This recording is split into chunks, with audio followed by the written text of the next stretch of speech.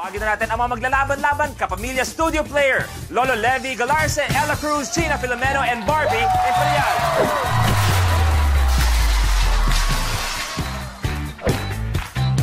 Okay, para sa akin mga players, ang buhay di naman perpekto yan. Anong isang bagay na medyo hanggang ngayon may konting pagsisisi? Ella, ikaw. Yung nandito pa rin ako pangapon. Dahil ang lapit mo na kahapon. Ang lapit na, so nagsisi ka doon sa cone.